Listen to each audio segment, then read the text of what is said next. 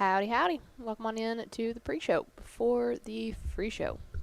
Hey, Tup. Hello! Hello. Welcome into your Halloween post-game show. How was your Halloween? It was good. What did you do?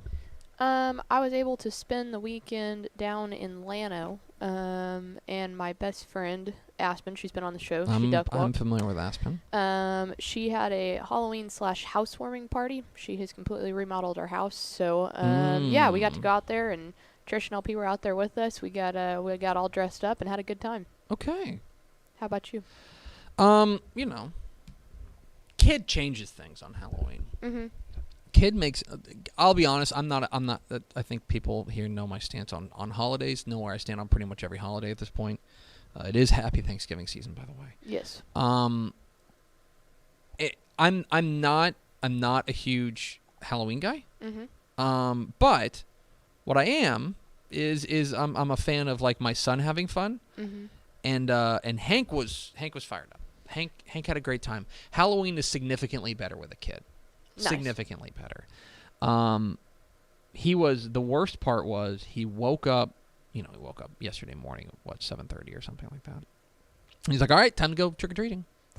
Because remember, you have to convince him that it has to, like, you have to wait. Well, you have to wait, and not only that. Yeah.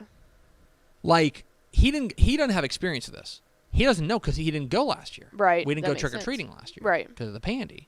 So he's a rookie in this. He's a 2.5-year-old rookie. Mm-hmm. And so he was under the impression that we were going to wake up and we were going to go straight to straight.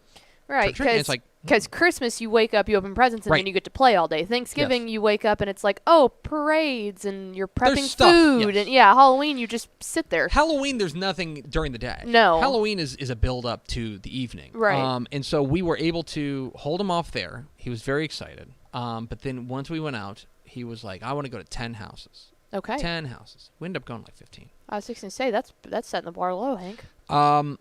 Very pleased, very, very pleased with the candy scene in our neighborhood. Okay, very good job. Pleased. There was nobody who did the full size because the house that does full size candy bars, they're the king, right? They get to win. That's big money, no whammies, right? Yeah, there. they get to. They're ready to flex on you that they're rich. They get to be the HOA president. Yeah, you know what I mean. That should in fact be the way that we elect. I was going to say, and if you're an HOA, like the president of the HOA, and you're not giving out full-size candy bar, then you're not doing your neighborhood justice. Then you know what? Impeach. Yeah. I think it's throw them away. Simple. So I aspire one day to be full-size candy bar guy. Okay. But the scene overall was good? Excellent. I mean, nobody had trash candy. And even so, like there was one older woman who I think lives alone. Mm-hmm. Older woman who we answered the door. Hank went as a ghost. I think I've mentioned that. Go ahead. I was going to say LP and Hank were both ghosts then. But LP, which I was told I had to tell you this because you continuously hate this, so it was great. LP actually went as Charlie Brown. So he was a sheet ghost.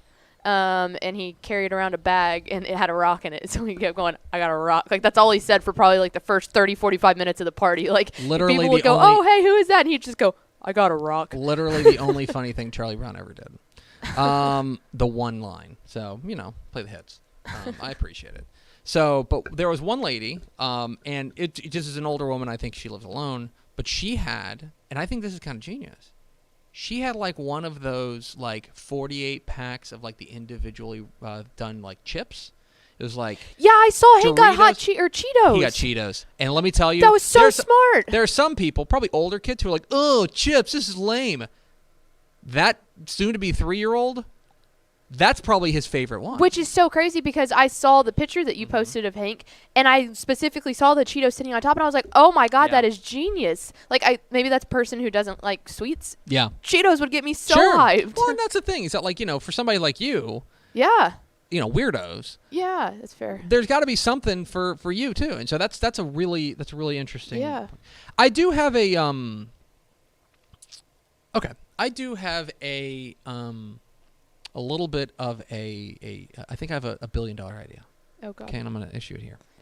So let me ask you. You, last night, literally last night, were you in Atlanta or you were here? No, I was here. Okay. I got back at like 11 o'clock. I left early on Sunday. Good. Get back, get work done. Yeah, okay.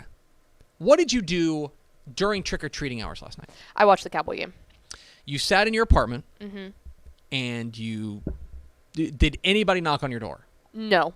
Zero, because you live in an apartment. Right, and I was sad. I thought maybe, but I guess I can get this. I don't live on the first floor, so I think some first floor people had some trick-or-treaters, but I didn't. The apartment seems tough. Yeah. And especially, I don't want to blow up your spot too much, but like you live in like cool, hip, young, single people. Yeah. Like apartments. You don't live in like family apartments. No. You know what I mean? Yeah. So, here's the thing.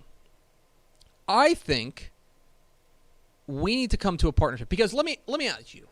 Okay. Would you have been interested in handing out candy? Oh, absolutely. When I used to live in Denton in an actual house. You saw my house that I was in. That was one of my favorite Halloweens I've ever done. Is sitting there handing out candy. Right. I was so pumped. Right. It's fun. Yes. Right. And I was the same way too when I was living in an apartment. Yeah. Like I was hoping people come to the door. I'd love to give you some candy. Yeah. Love to see the costumes. So last night it was my wife and I both going out to take Hank out. Trick or treating, all we did was we left a bowl out with the sign that said, please take a piece or two. And you looked around our neighborhood, and it's clear that was the game plan, which was because you looked and it was like, and Hank was really excited to knock on doors to what he wanted to do. So it's like going up and grabbing a piece of candy in the bowl. It's like, okay, like I feel like I'm getting cheated here. Right. Just come to a partnership. People cool young single people who live in apartments, and washed suburban people. Yeah, we should team up. You come over to my house. Yeah. You can watch the Cowboy game. Darn it. Why didn't we think of this beforehand? Then you can, and everybody wins because then people actually come to the door and I think knocking on the door is part of the experience. Yeah. Oh, right? yeah, absolutely. You know what I mean? Yeah, because you leave the light on, and that's like there's the telltale sign. If the light's off, don't go knock. But if the light's on, there needs to be like a candy, like an exchange program. Yeah. Do you know what I mean? Oh, yeah. I would have enjoyed that. Right. And I don't think you're alone. I think there's a lot of people who would love to do that. It's like babysitting, except there's no baby. Right. And that's great. But especially on a night like okay, last year would have been different if it wasn't COVID. Halloween was actually on a Saturday. So, like, we could have done Halloween party on Saturday. Like, but when you get into what it'll now be, like last night was a Sunday night, and then in the upcoming years, it'll always be on a weeknight. It's like, yeah, we're going to have a Halloween party the weekend before or the weekend after, you know? So then it's like, yeah, that's perfect because what else are we doing? Then we're just sitting there. Yeah. Because no one comes trick-or-treating. Right. So there is an exchange program that we need to set up. Okay, I like for it. people who want to hand out candy but are not in a position where they're going to have many trick-or-treaters. Yes. And people like me who I would prefer that somebody not only I don't need you to watch my house. I'm not worried about somebody bringing my house, but like, you know, give you a venue. Yeah. You know what I mean? And then you don't look like leaving the candy out people of not wanting to. And give the whole neighborhood, you know, the treat. You know what I mean? I don't know. I think there's an exchange program to be made there. Nice. Anyway, it was a good Halloween, and Hank made out like a bandit. So. Good job. I'm happy for him. All right, hit a theme expo.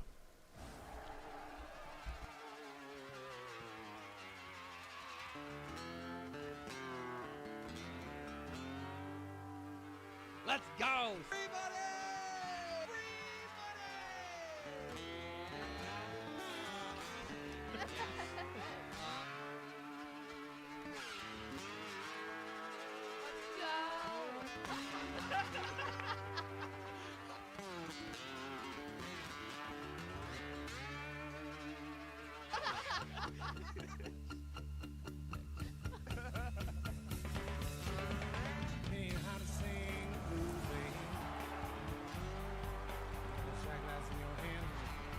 Yes, y'all. From the Dave Campbell's Texas Football Mothership here in beautiful Lewisville, Texas. It is Texas Football Today, a show on the internet. My name's Greg Tepper. I'm the managing editor of Dave Campbell's Texas Football magazine, TexasFootball.com, a corresponding website. Thank you for spending part of your day with us. Whether you're watching us live on TexasFootball.com, Facebook, YouTube, or Twitch, or listening to us on the podcast, which you can subscribe to on the podcast vendor of your choice. Either way, thank you for doing your part to support your local, mediocre internet show. I am sitting over there at the helm today, making us sound good. She's the Duchess of the Dorks. She's coming off for sugar high. She's Ashley Pickle. I don't like sweets. There's no sugar high. I guess that's true. All the more reason for you to like Thanksgiving over Halloween. Oh, absolutely. And I'm big sides person. Like the regular Starch entree, person. like okay, but like sides. Big into starches. Oh yeah, big starch girl. Happy Thanksgiving season to everyone who observes. Do you have your turkey ordered? No, that is on my list of things to do this week. I have a ton on my list of things to do this week. Okay, that should be one of them. Moved up to number 1. Today, maybe. Today is Monday, November 1st, 2021. Happy Thanksgiving season. 24 days till Thanksgiving. Happy Thanksgiving season. Happy birthday to Matt Jones. Matt Jones is the actor who portrayed Badger in Breaking Bad. Badger. Happy birthday, Badger. Badger was fun. For a drug addict. It's episode 1272. All right. We got a big show today. We got Monday Morning Fallout. Then we're going to overreact to football weekend. Then we're going to talk with a coach who's got everybody in the state talking. Oh, the head coach of those Prosper Eagles. Coach Brandon Schmidt will join us. Brandon Schmidt, of course, his Eagles knocked off the mighty Allen Eagles, ending their 72-game district winning streak. We will talk with Prosper coach Brandon Schmidt coming up here. We'll unveil the Dave Campbell's Texas Football Associated Press rankings. And then back half of the show, very, very last segment. Normally we end it there. But there was some news yesterday, a bit of a news dump, actually. Yeah. The witching hour was out in full force in college football. We will talk about something that hasn't happened in 20 years. Yeah. 20-plus years. And that is a coaching search in Fort Worth, as Gary Patterson has been fired there, or has stepped down. I don't know what the exact phrasing is. They mutually agreed to part ways. So he's out. And we will talk about that and all that implies coming up here in a bit. Do we have first 4 through the door? We sure do. It's a big one. Rob Hadaway, Sean Burnett, Trisha Pickle, and Miss Terry Adams. Wow. Welcome in, fella and lady fellas. There's 2 of them. Wow, plural lady fellas. How about that? Wow, impressive. Pickle, hit the air sign. Time for Monday Morning. Monday Morning Fallout. Of course, when we overreact to the football weekend, and there is plenty to overreact to this week. A lot. Start with our 3 big thoughts. Thought number 1, scary shakeups. Do you get it? Spooky mom. Ooh. Aaron was doing that. So many ghost puns. It's terrible. Heck yeah. So week 10 of the Texas high school football season has come and gone, and it felt like they wanted to throw us for one last loop before we got into the playoffs. Because there were some major shakeups. Oh yeah. Now obviously the one that a lot of people are talking about is Prosper beating Allen, which kind of came out of left field. I'll be honest. That was a game that was kind of on our radar, but on like the periphery. We thought that was going to happen last year. Is what we thought about. Exactly. And we'll talk with Brandon Schmidt coming up here in a moment. But that's a game where they have been close but no cigar. There were other ones that went about how we thought. North Shore beating Atascocita 31-21, I thought was an impressive win. But where you saw a lot of chaos, I think, was in 5A. With a couple of them. One of them, which may have flown under your radar because it was a Thursday night affair. McKinney North beats Longview 37-35, which drops Longview to 6-3 on the year. That's relatively shocking and may, in fact, give us a little bit more clarity on what the Region 2 and 5A Division 1 is going to look like. Same thing goes with what happened in the Coastal Bend. Corpus Christi Flower Bluff not just beats Corpus Christi Veterans Memorial. Yeah. They beat them 39-7. It's previously unbeaten Corpus Christi Veterans Memorial. And I can't help but wonder now, all right, in 5A Division 1, who's going to come out of that right side of the bracket? Mm-hmm. Because the other thing we saw was Manville beating Katy Pato. Yeah. Right? 33-28. And we had kind of really bought in on Pato at that point. We had. Yeah. And so now, is there a favorite on that right side of the bracket, right? I think all of these teams at least have shown flaws. And it is a bizarre situation there on that right side of the bracket. The same thing kind of goes, I would say, on the 3A Division 1 side. This might have, again, another thing that might have flown under people's radar. Edna beat Vanderbilt Industrial. Mm-hmm. And that really shakes up Region 4.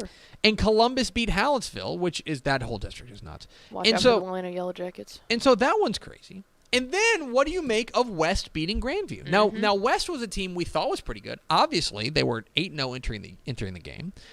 But a gritty, gutty win for the Trojans.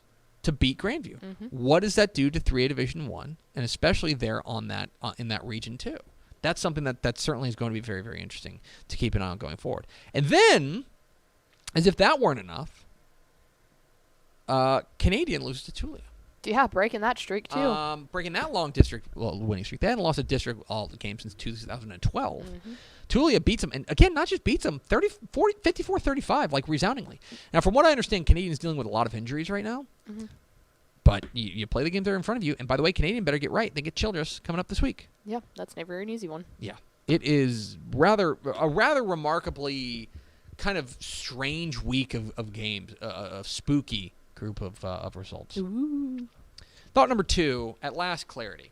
We're not going to talk, this is where we talk college football, we're not going to talk about the coaching changes. We're going to save that for a segment at the end of the show. So if you're here for Gary Patterson talk, we'll be there. Wait. I think that now, 9 weeks into the Texas college football season, I think we have a little bit of clarity on some things. I think it's fair to say that Houston's really good. Yes. They played the game of the year against SMU. That's the game of the year. We can all stop trying. That's the game of the year. Yes. That's better than every game that's been played. Houston and SMU was the game of the year.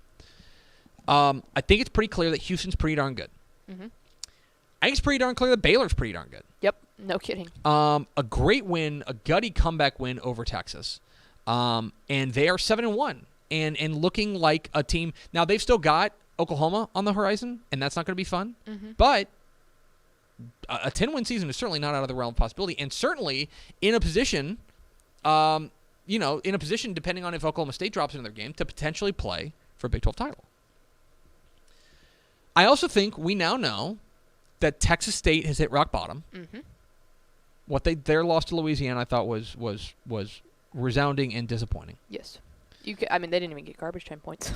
I think it's fair to say that both Rice and North Texas are no good.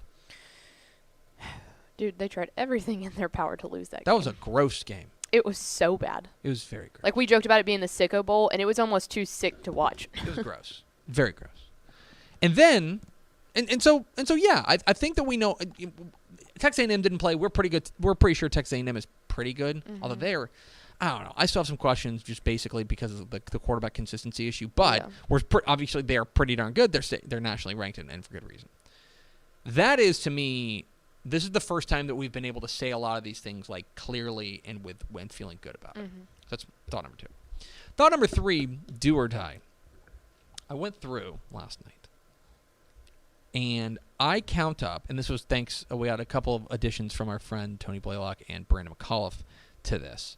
But I counted up a grand total of 27 UIL Texas high school football games this weekend that are, no lie, no frills, straight up playoff games. Okay? Mm-hmm. In the sense that there's no tiebreakers needed. The winner goes to the playoffs. The loser goes home. Is out. We've got 27 of them. Okay? Some of them are ones that you probably that maybe are flying under your radar. The Colony and Frisco Reedy is a win and in game. Comfort and Luling, right? Capello and Flower Mound is a win and in game, right? A lot of them the 6-man ranks too. There's 2 districts, by the way, the ones that I missed that Brandon and Tony brought to me. Those are ones where there are 2 of them in the same district. District 3, 2A, Division 2. Mm-hmm. Stanford and Haskell and Anson and Colorado City are both straight-up playoff games. That's wild. In the same district. Same thing goes with, I would need to look up what district this is in, Colmes, Neal, and Cushing and West Sabine and Mount Enterprise. Okay. 4 teams, 2 playoff spots. Those are play-in games. Right. That's what they are.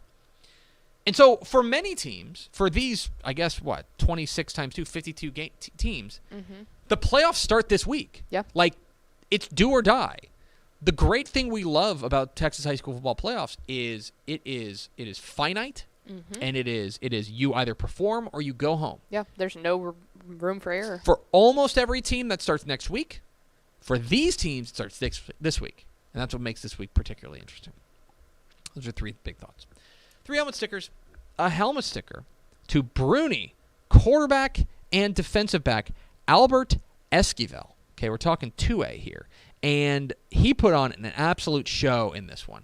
Bruni, quarterback and defensive back, Albert Esquivel, 12 carries, 135 yards, 2 touchdowns rushing, 47 passing yards, 10 tackles, and an interception. A little bit of everything for Albert Esquivel. A helmet sticker to Texas Southern quarterback Andrew Body. Have you seen what they've been doing? Oh yeah. They put in Andrew Body. They put it. Yeah, that's Andrew Body, and suddenly they're winning games. They beat up on Arkansas Pine Bluff, 59-17. Remember, coming into the season, they had not won a game since 2018 on the field. Yeah. And now they're 3-5. Our Corpus Christi King got let loose. And he was spectacular. I want to make sure I pull up, give him his individual due. He goes 16 of 25, 271 yards, and 4 touchdowns passing. He also ran for 121 yards and a score. If he can keep doing this, they're going to build a statue. He's got plenty of years left. He is like single-handedly reviving that program. Yeah. And a helmet sticker to post running back and linebacker Stephen Huff. We haven't talked a ton about post. It's been a tough year for the Bowl Gold, but big game for Stephen Huff. 27 carries, 333 yards, 5 touchdowns on the ground, 4 tackles, and 6 pass breakups. Great game for Stephen Huff there at post.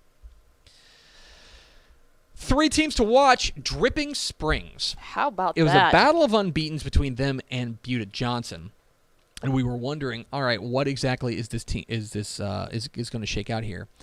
And Dripping Springs goes out there, and they did the thing where they were just like, what if we just score every time? Yeah. The offense Wouldn't is fantastic. Wouldn't it be a shame if? and we talked about this on Scoreboard. If that defense is going to play like that, because that's a good Buda Johnson offense. Yeah.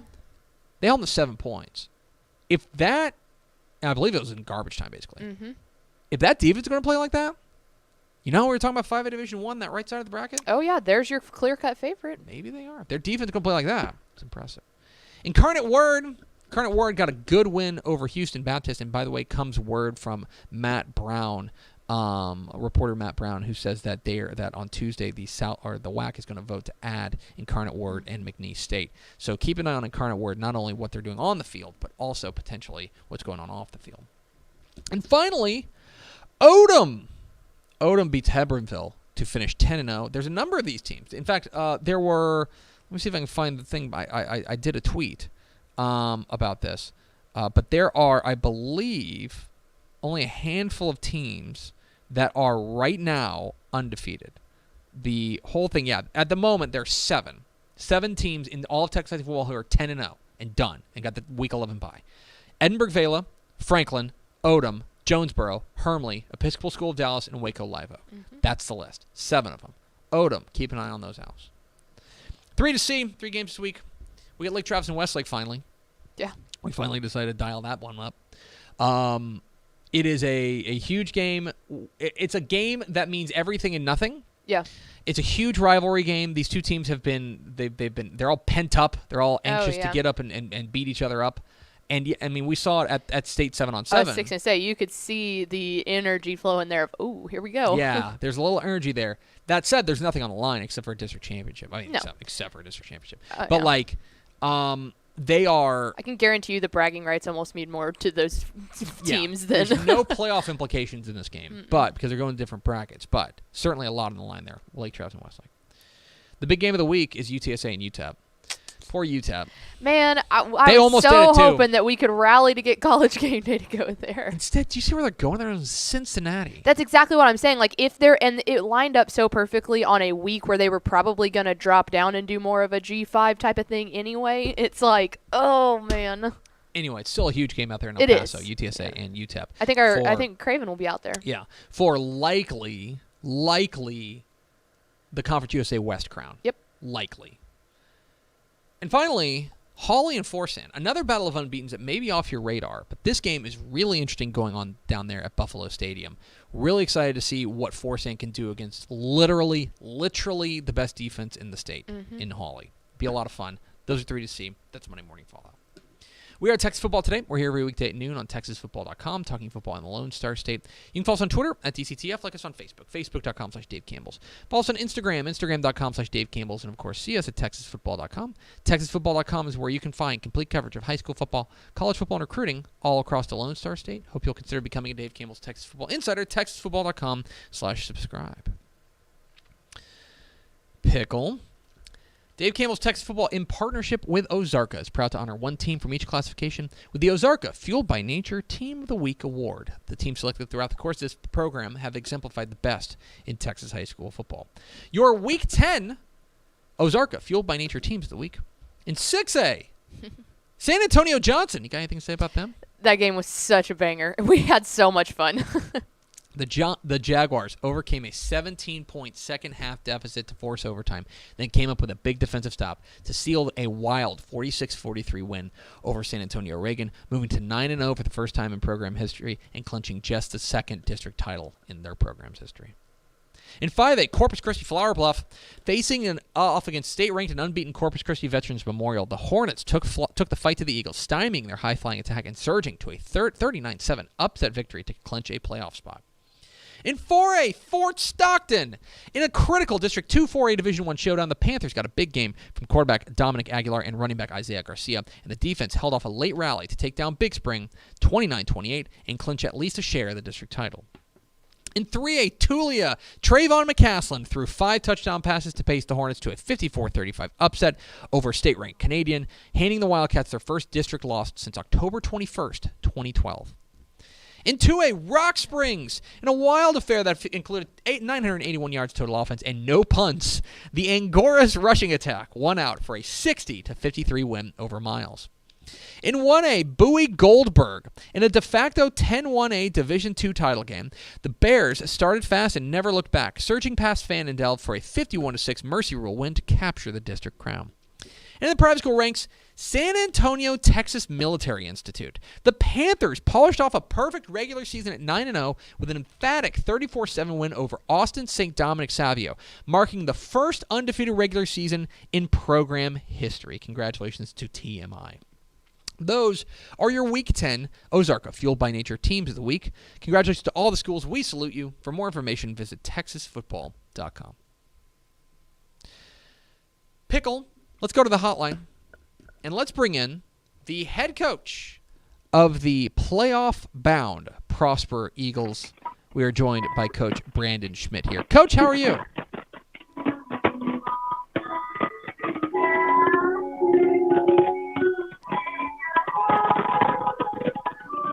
What'd you do with your phone, Pickle? Coach, do you read me? Hey, Coach. Hey, Coach. We're going to call him back and try him again. I'm trying to get Brandon Schmidt of Prosper on the phone. Uh-oh, is your phone acting up? Oh, no. Anyway, we're trying to get Brandon Schmidt on the phone. That was one of those games, the Prosper and Allen game, that we kind of kept an eye on, but it also felt like it was going to follow the same script that it had in the past couple of weeks, or past couple of years, rather, which was that they were going to play them close, and then Allen was going to pull it out at the end. But instead, they were able to get it done. We're now joined by the head coach of the Prosper Eagles, Coach Brandon Schmidt. Coach, how are you? Doing great today. How's your weekend been? You know what? It's been a pretty good weekend. Big win on Friday night, and then just game planning to play McKinney Boyd on Friday night. I want to ask you a little bit about that game on Friday night. You know, this was a team in Allen that you guys took to the wire last year, and very nearly knocked them off. In a real heartbreaking fashion. Coming into this game, what was your message to your guys that was able to get you guys over the top?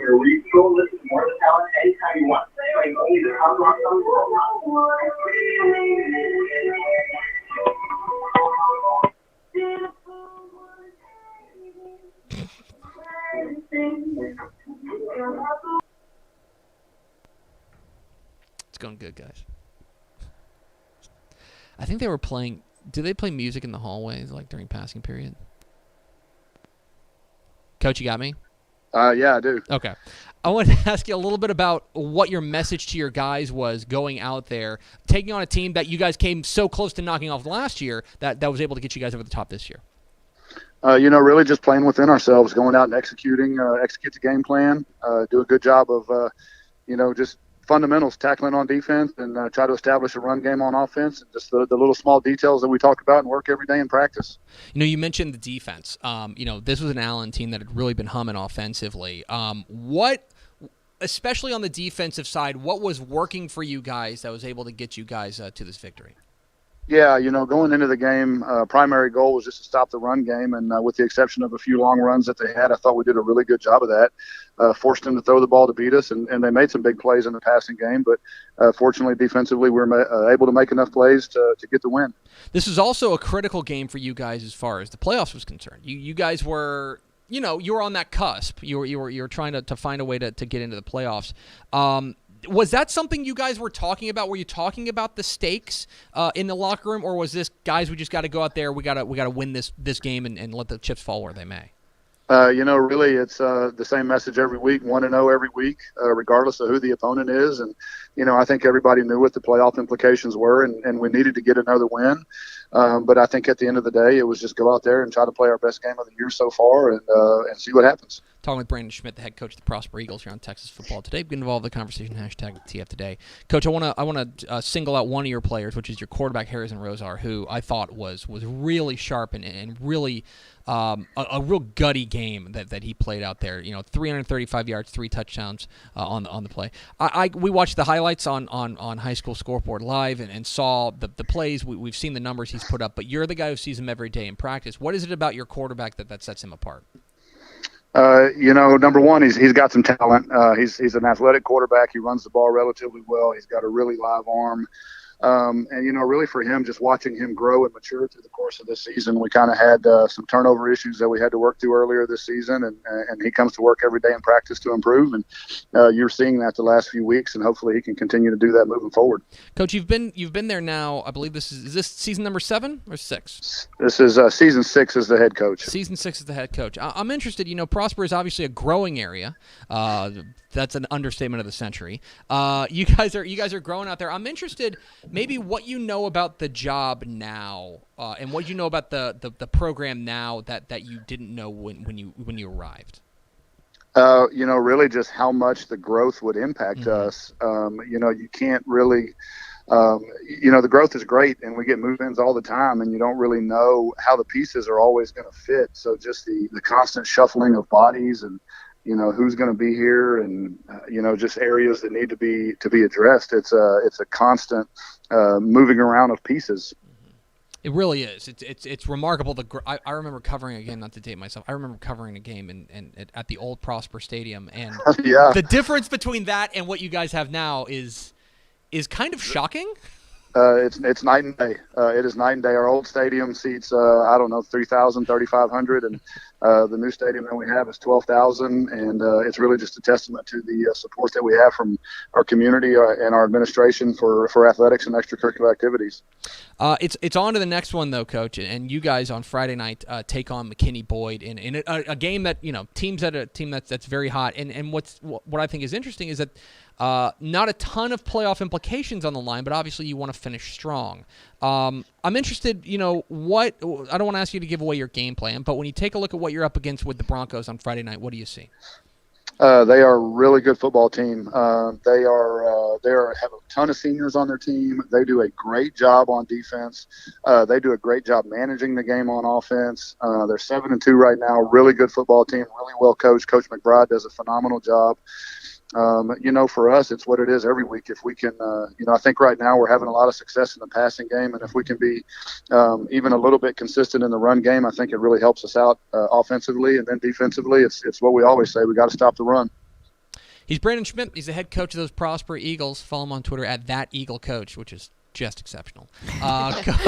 Coach, appreciate your time. Congratulations again on the big win on Friday night, and best of luck against McKinney Boyd.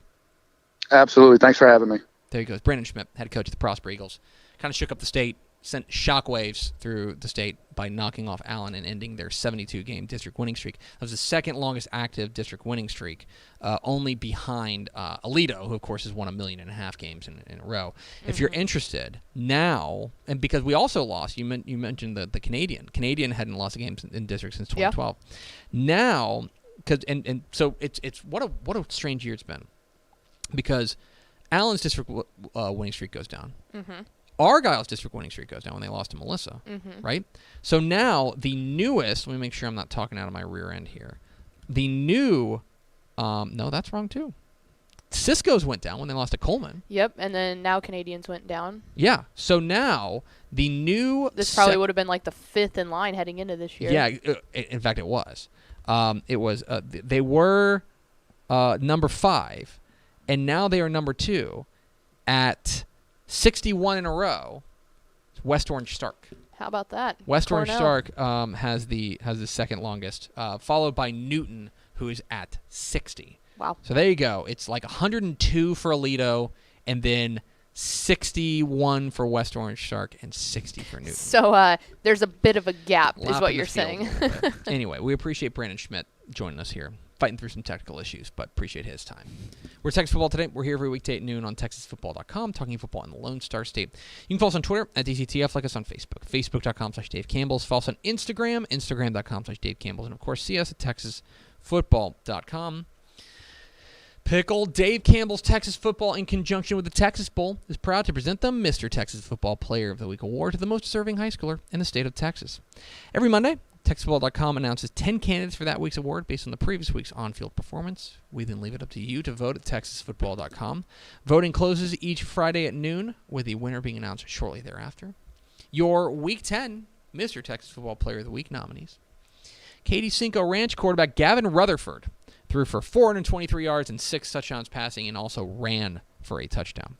Frisco Liberty quarterback Keldrick Luster, 430 yards and 6 touchdowns passing, 214 yards and a touchdown on the ground. Lord. It's like the 9th time he's been nominated. Yeah.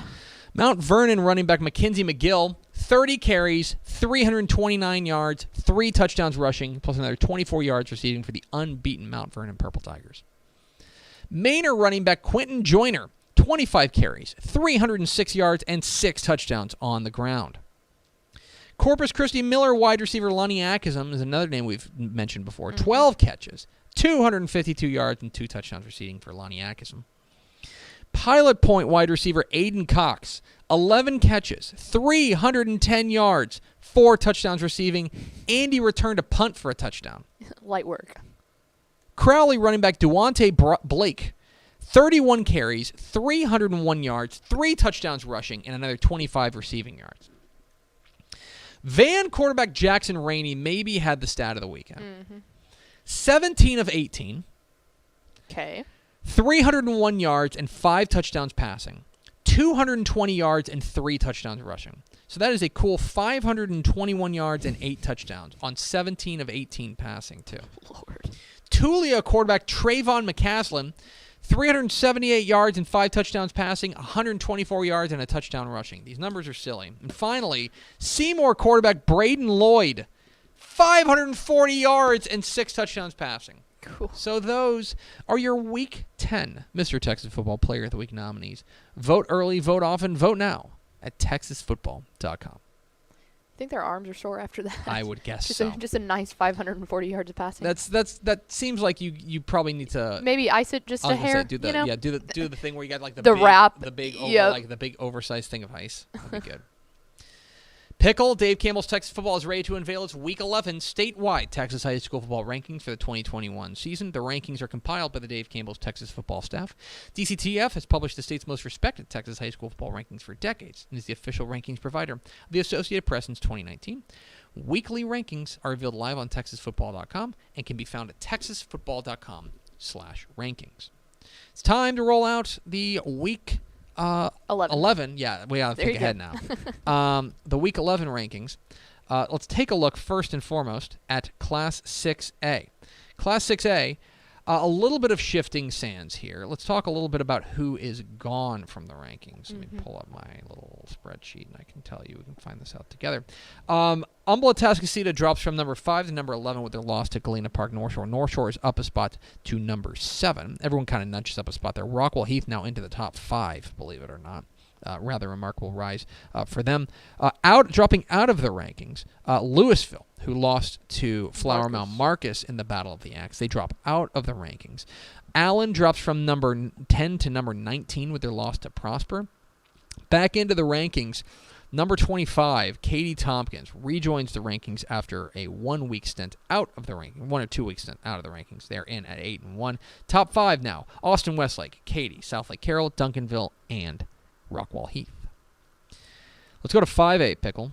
In the 5A Division I rankings, another big shakeup here, and we got a lot to sort through. Okay, so here's who's gone. Corpus Christi Veterans Memorial drops out with their loss to Corpus Christi Flower Bluff. Corpus Christi Flower Bluff. They were number 6. Longview was number 9. They are out with their loss to McKinney North.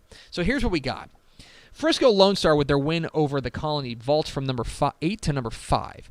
Colleyville Heritage nudges up a spot with a win over Burleson Centennial.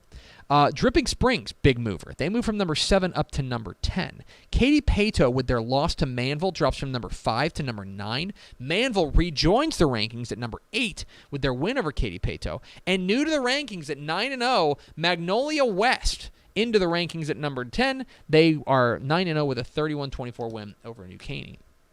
Top 5 is now reads Denton Ryan, College Station, Highland Park, Amarillo, Tascosa, and Frisco Lone Star. We get number 1 versus number 5 this week. We also get number 2 versus number 10 this week. It'll be a lot of fun.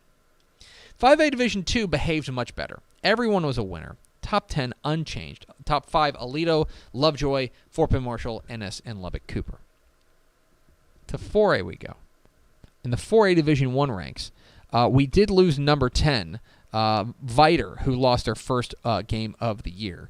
They drop out of the rankings. The rest of the top 10 remains unchanged, but new to the rankings. Back into the rankings at number 10, Lindale, who beat Palestine 55-23. We get number 6 versus number 10, Kilgore versus Lindale this week. That will be a lot of fun. 4A Division II now. A little bit of movement here because we wanted to make a little bit of room for some teams. Van beats Canton, but they beat them 55-54. We're getting a little bit nervous about Van. We dropped them from number 7 to number 10 because of some impressive wins in front of them. Cuero beat Smithville. That moves them up from number 8 to number 7.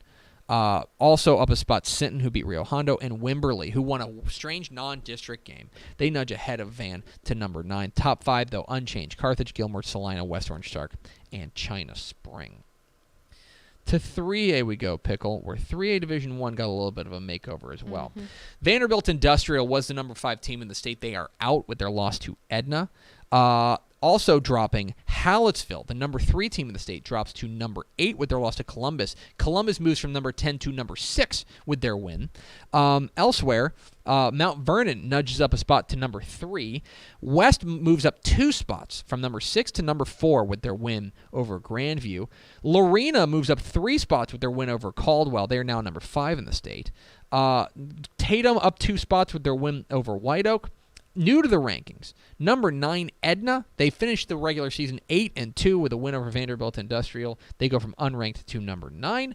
And hanging on at number 10 in the rankings is the Grandview Zebras. They lose to West 28-20. We keep them in at number 10, dropping from number 7. From 3A Division II we go, where the big change comes at the bottom of the rankings, where Canadian is out of the rankings. Who'd have thought? With their loss to Tulia, they drop out. As a result, Abernathy nudges up a spot to number 9. And new to the rankings, number 10, 10-0, Odom Owls. Hoot into the rankings at number 10. Top 5 remains unchanged. Franklin, Gunner, Childress, Holiday, and West Rusk. To 2A we go, where I hope you like chalk. This is a bad week to be waiting for a spot to open up in 2A Division I. Yeah. Everyone was a winner, and everyone was an emphatic winner. Top 5 remains unchanged. Refugio, Shiner, Timpson, Crawford, and Hawley. We now get number 5, Hawley, taking on number 10, Forsan this week. That'll be a lot of fun. 2A Division II now, also unchanged. No movement here. 9-0 with 1 Wellington idle. Everyone remains unchanged. Top 5 remains unchanged. Mart, Munster, Windthorst, Albany, and Stratford. To the six-man ranks we go. 1A Division 1, we did have some movement at the bottom of the rankings. That's because Hermleigh took down Ira to finish 10-0 for the first time since the 70s. Wow. They move up to number 9. Ira drops out of the rankings. We open up a spot for number 10 Westbrook, and you're probably thinking 5-4. Their record has been ridiculous. They also have a win straight up over Sterling City. That resume is good enough to vault them back into the top 10. Top 5 remains unchanged. May, Jonesboro, Abbott, Water Valley, and Rankin. 1A Division 2, chalk. Everyone was a winner. Balmorhea won by forfeit over Del City. Same with Klondike over Wilson. Top 5 remains unchanged. Motley County, Strawn, Richland Springs, Balmorhea, and Follett. This is a massive week of games. We get number 1 Motley County against number 7 Jayton. We also get Strawn against 8-1 rival Gordon. That'll be a lot of fun in the six-man ranks. In the private school ranks, Dallas Parish Episcopal wins the big showdown over Fort Worth Nolan in emphatic fashion, 63-35. They remain number 2 behind Austin Regents. Houston Second Baptist remains the same at number 3. Episcopal School of Dallas finishes the regular season undefeated at 10-0. They move up from number 5 to number 4. Fort Worth Nolan drops out of the rankings, and in their place at number 5, San Antonio Cornerstone, who beat Nike Dallas FC 14-7. And the private school six-man ranks unchanged. Top 5 remains the same. Waco, Live Oak, Marble Falls Faith, Bulverde, Bracken Christian, Austin Veritas, and Texas School for the Deaf, all winners. You can find all these rankings at texasfootball.com/rankings. And if you have any complaints, it's at Ashley_pickle12 on Twitter. No. Also, just a quick thing. They did finish the Dallas, the Episcopal School of Dallas did finish with 10-0, but they do play this Saturday. They're not off. They play Saturday at 2 in the SPC 4A championship game. Yes. So they're done. They're in the playoffs. But, yes. They do play. SPC starting the playoffs a week earlier than everybody. So yes. I think just earlier we had said that they were off this week, so just kind of going back on that. Yes, to be clear. They finished the regular season 10-0. They are done, yes. Yeah. And by the way, we will have one more round of rankings next week. We have our final post-regular season rankings, and then we're done. We don't do rankings. So one more time, we don't do rankings in the playoffs because why? Yeah, teams aren't playing after that, you know. So anyway, we'll have one more round of rankings next week. And now a word from our friends at From Now On. From Now On is a proud sponsor of Dave Campbell's Texas Football and your school's one-stop shop for community connection. Simplify your athletic communications with From Now On. Their FanX platform gives schools at all levels of the game a one-stop shop mobile experience that makes driving communication, creating engagement, and generating revenue easy. From Now On helps connect your school community with everything they need to win on game day. Schedules, streams, digital tickets, real-time notifications, and more. Learn more by visiting their website at from-now-on.com or follow them on Twitter or Instagram at FromNowOnEXP. Okie dokie, Pickle. Let's talk about the breaking news that came down yesterday. It was a trick-or-treat news dump. Yeah. Everybody was either gearing up to go trick-or-treating or gearing up to watch the Cowboys game. And TCU said, yeah, that feels like a good time. TCU. So the official word on what happened at TCU is that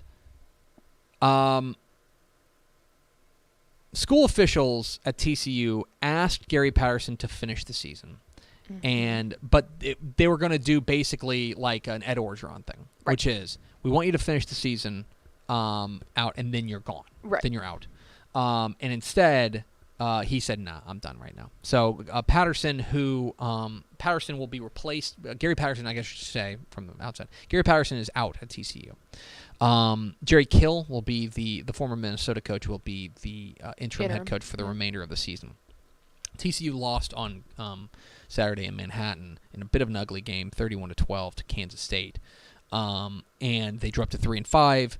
They've still got Baylor, they've still got Oklahoma State, and they've still got Iowa State. They've got a brutal schedule. Their chances, and they have a game against Kansas. Their chances, I think, I would rate their chances even with Gary Patterson at the helm of making a bowl as slim and slimming. Yes.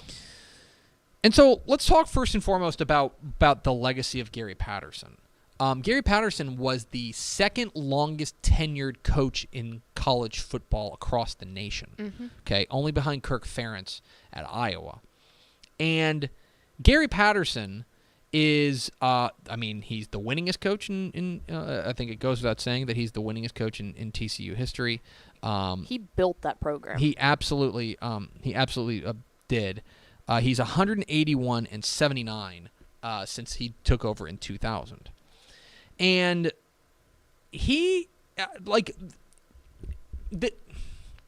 every story, unfortunately, with college football, for the most part, for coaches, ends with a thud. Yep. Very few coaches go out on their own terms and Right. go out on the highs.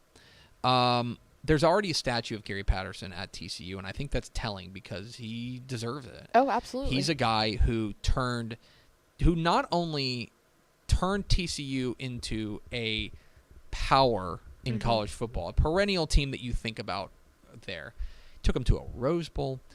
But I think the most underappreciated thing about what Gary Patterson did at TCU is that he navigated with them perhaps the most tumultuous time in their history. Okay? I want you to consider this. Okay? Gary Patterson, his first year, when he took over technically as the interim coach, do you know what conference they were in? Mm-mm. They were in the WAC. Mm-hmm. The next year, they moved to Conference USA. Yep. 4 years later, they moved to the Mountain West. Mm-hmm. 7 years later, I think it was, they moved to the Big 12. Yeah, 2011.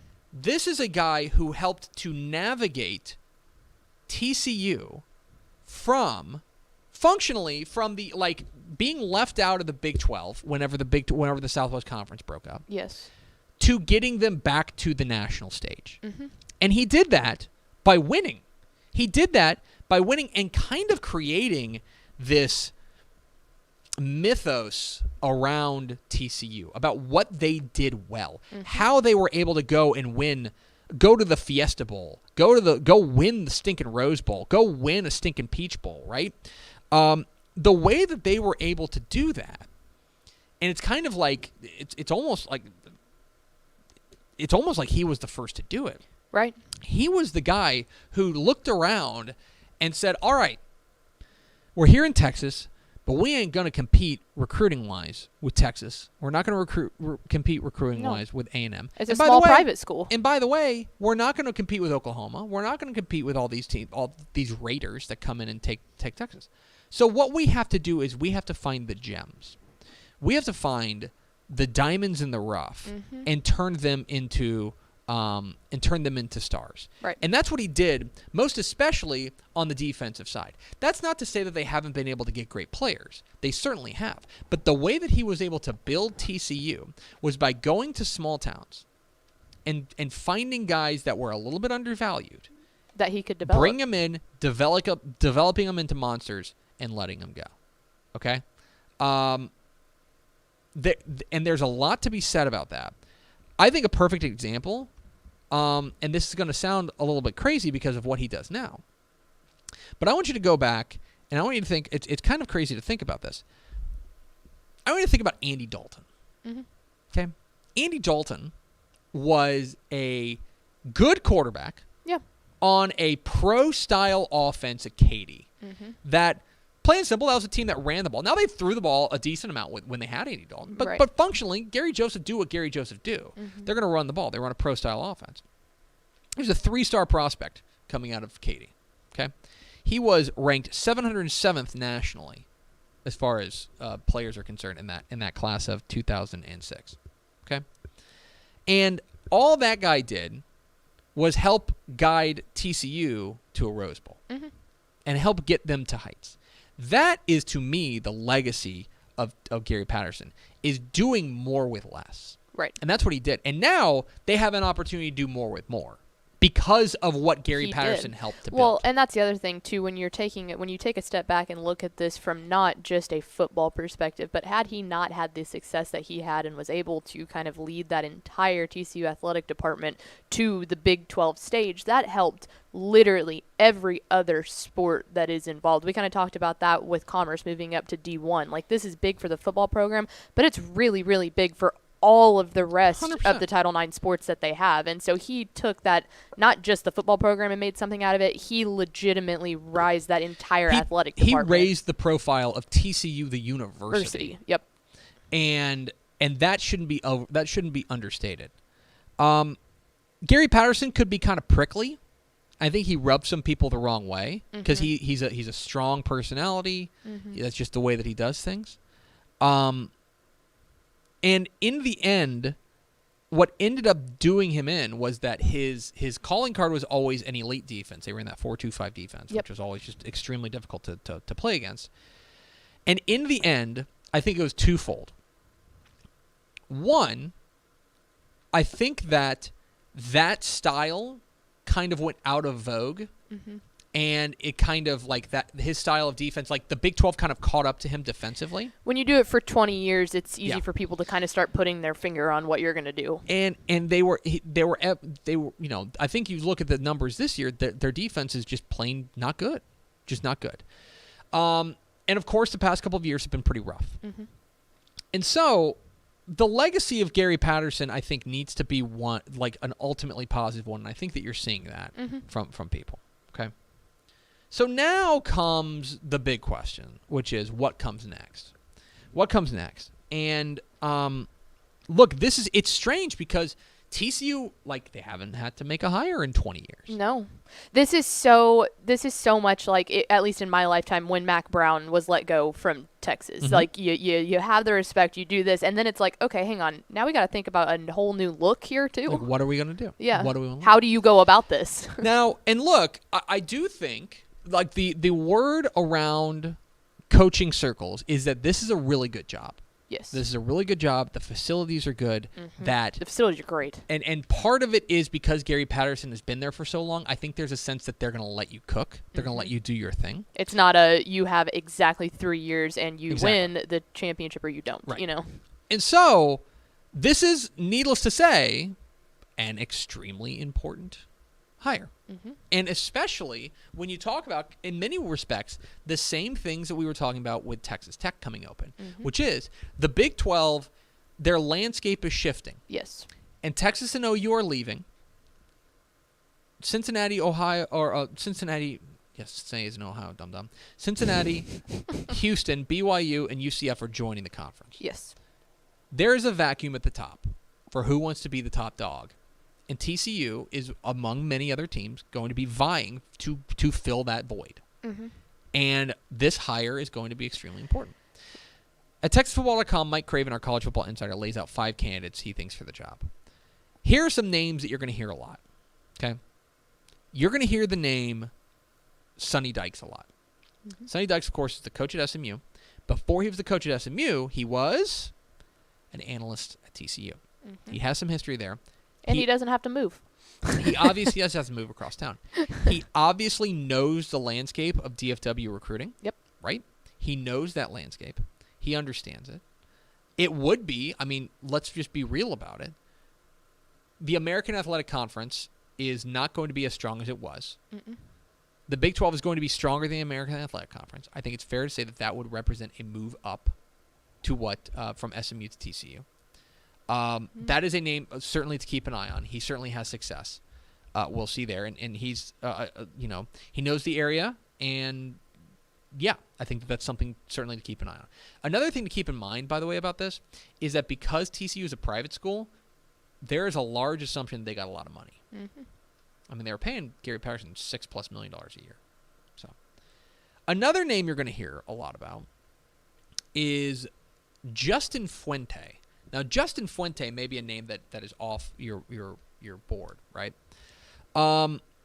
Justin Fuente was an assistant during those kind of glory days of Gary Patterson when they were winning Rose Bowls and stuff like that. He was co-offensive coordinator for that Rose Bowl team. That success, that really served as the jumping off point for him. Justin Fuente at TCU became the real hot assistant. He goes from there to Memphis. And Memphis goes nuts. They win a conference title. They get a bowl win, blah blah blah. Then he goes and becomes the head coach of Virginia Tech.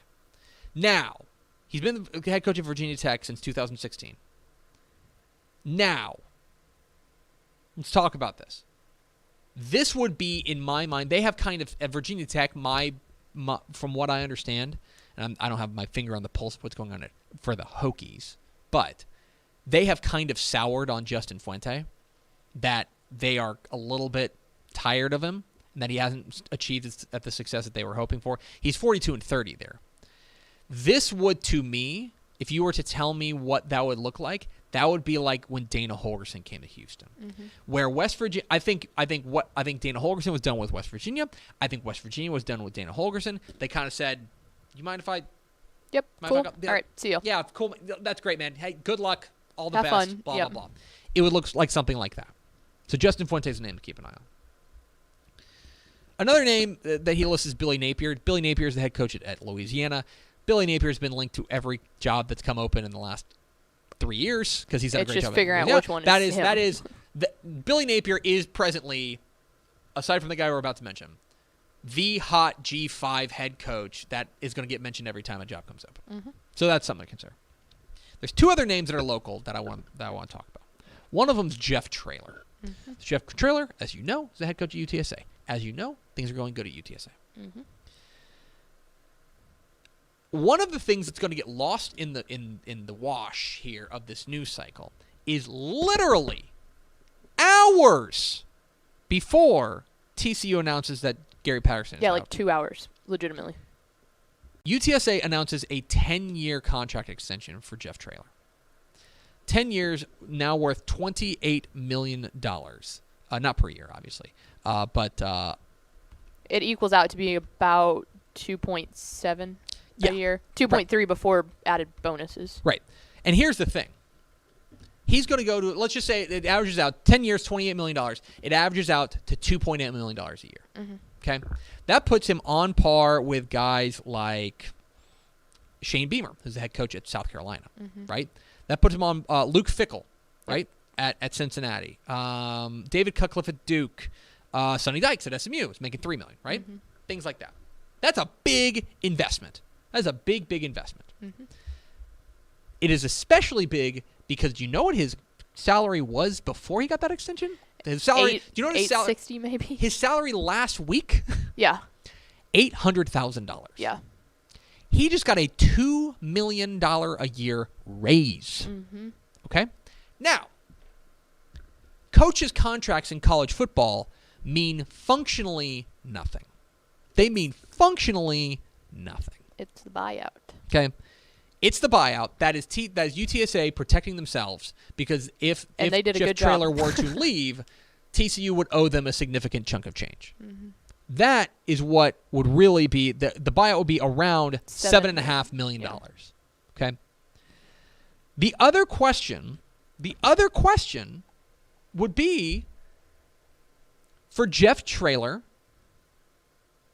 Does he want this job? Now, I think that there's going to be a notion that, of course, he does, right? TCU is a hot job, and UTSA is, God bless them, they're having a great year. But we're about to find out really and truly what Jeff Traylor wants, like personally in his life. Because here's the thing. He is now financially secure at UTSA, and he could probably coach at UTSA until he's in the grave if he wanted to. And I think that what UTSA did signaled to him that they're serious about football, serious about becoming a super serious G5 program. Will he leave? I don't know. I think that my initial reaction to my initial gut reaction when I saw that extension, because he's of course been linked to Texas Tech, my initial reaction was that means he's not going to go to Tech. TCU might be a different story though, right? Because TCU is a different job. TCU. I mean, I don't mean to say this. I hope Red Raiders fans don't take this as offensive. TCU is a better job than Texas Tech. You can win bigger at TCU. They have won bigger at TCU. You're in a major metro area. There's a lot of advantages there. The other guy I want to mention is Joey McGuire. Joey McGuire is the associate head coach at Baylor. Joey McGuire, if you are a Texas high school football wonk, you will remember from his days being the very successful head coach at Cedar Hill. 3-time state champion. He leaves to go take on a job on Matt Rule's staff at Baylor. Mm-hmm. He's been there ever since. I was going to say, he was wasn't he like player personnel basically, and then yes. now he's an actual assistant coach. And he's the associate head coach. So he is second in command behind Dave Aranda. Mm-hmm. Okay, I know for a fact he has been linked to other jobs. Yep. I know that for a fact. I also know for a fact that he is considered a rising star in the coaching community. Yes. Here's a guy, in many respects, I think Joey McGuire is the guy that everyone thought Jeff Traylor, like, whenever they hired him, they were like, he's following that blueprint, following that model of, like, super successful high school football coach, culture builder, paid his dues in the college ranks. Yeah, and will hire great assistants. Earned the respect in the college ranks, but his connection to high school football coaches will be a boon for whoever hires him as a head coach. Mm-hmm. That he gets it. Okay? He has deep ties to the Texas high school football coaching community. This, in many respects, is kind of like Jeff Traylor before Jeff Traylor got his job. Yes. Right? That is, in many respects, what's going on here. Where are they going to go? I don't know. I know that this is going to be the biggest, obviously a significant hire for a lot of different reasons. I think that they're probably going to call Jeff Traylor and make him say no, and we're going to find out a lot about it, right? At that point, I do wonder if they called Joey McGuire. I also think Justin Fuente is really in play. Mm-hmm. I really do.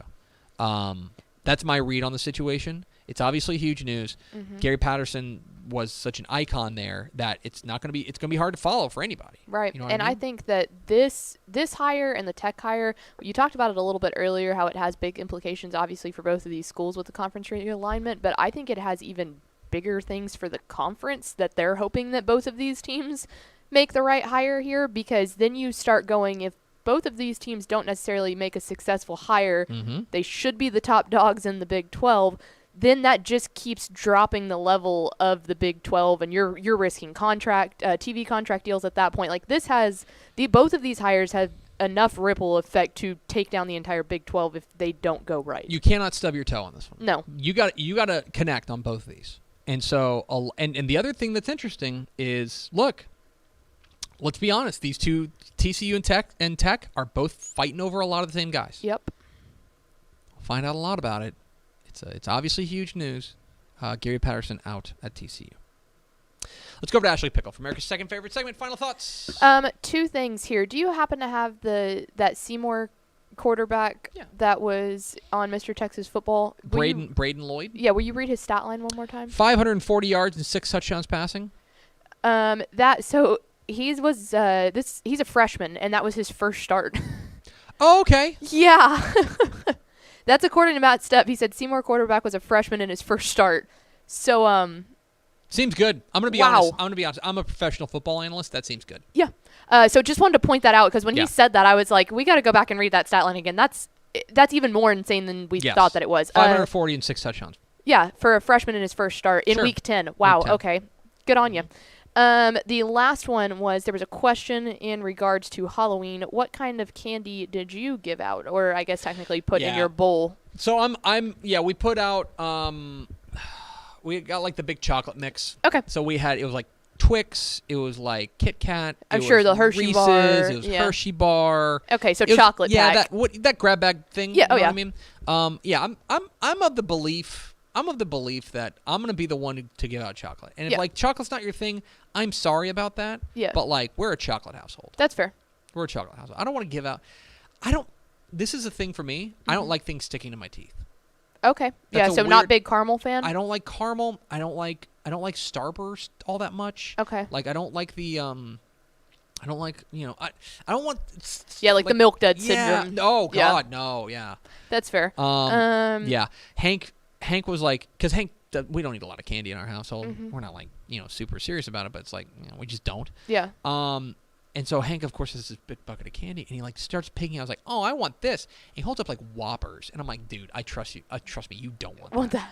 Okay, there's some trash in here, a little bit of trash. I was like, "What you want is that." You see the orange thing? Orange thing is REESE apostrophe S. Yeah, that's what you want. That's fair. And that's the other thing, too, I feel like with the chocolate pack. Halloween, like, the weather's nice, and this is, like, your one time that you can hand out chocolate that, like, it's not going to – you don't have to worry about it getting melted or anything. Like, that's a big play in, like, the summer when – so you're going to the pool or something like that. Like, you can go get a candy bar, and it's like you don't want chocolate because it's just going to melt everywhere. I think my goal next year – I'm going to say it on the air so that I can just be that guy. Okay. I'm going to say it on the air. Put it on wax. Okay. Next year, I want to be full-size candy bar guy. Oh, shit. Shoot. Oops. It's going to do it for us. Thanks for spending a little bit of your day with us. Follow us on Twitter at DCTF. Like us on Facebook, facebook.com/Dave Campbells. Follow us on Instagram, instagram.com/Dave Campbells. And, of course, see us at TexasFootball.com. Thanks to Prosper Coach Brandon Schmidt for being our guest. For Ashley Pickle, I'm Greg Tepper. Vince Young, please get your Player of the Year trophy. We'll see you tomorrow on Texas Football Today.